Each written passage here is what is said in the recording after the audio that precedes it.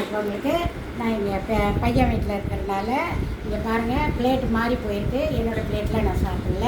Okay, இப்போ நான் சாப்பாடு போடுறேன்.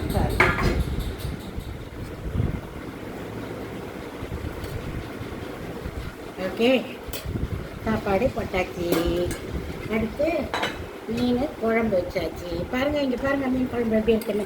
எறாவும் கத்திரிக்காய் மீன் குழம்பு எப்படி இருக்கு பார்த்தீங்களா? தக தக தகன்னு அருமையாக இருக்கும் இந்த குழம்பு. நான் யாரா சாப்பிட மாட்டேன், அதனால் இந்த கத்திரிக்காய் மட்டும் போட்டு அதை குழம்பு வச்சாச்சு ஃப்ரெண்ட்ஸ். அப்புறம் நெக்ஸ்ட் மீன் வறுவல் பாருங்கள் எப்படி இருக்குன்னு. செம்மையாக இருக்கு பாருங்கள். ஓகே,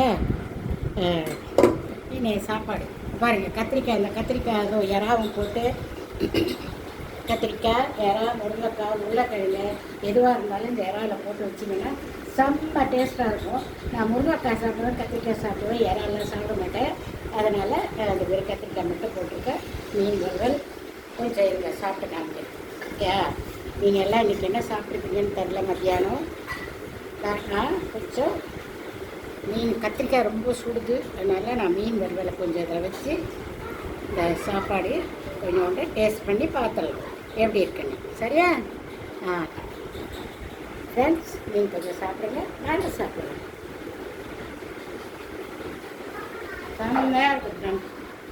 இறா குழம்பு வச்சு சாப்பிடுங்க, பிரமாதமாக இருக்கும். இந்த கத்திரிக்காயும் கொஞ்சம் கலந்துக்கிட்டோன்னு வச்சுக்கோங்க. பாருங்கள் எப்படி இருக்குன்னு. இந்த கத்திரிக்காயும் இந்த சாப்பாட்டில் வச்சு சாப்பிட்டா எனக்கு அதுதான் ரொம்ப பிடிக்கும். இந்த கத்திரிக்காயும் இந்த இறா குழம்பையும் சேர்த்து சாப்பிட்றது எனக்கு ரொம்ப பிடிக்கும். அதை சாப்பிட்றேன். ரொம்ப சூப்பராக இருக்குது ஃப்ரெண்ட். நீங்களும் இது மாதிரி வச்சு சாப்பிடுங்க.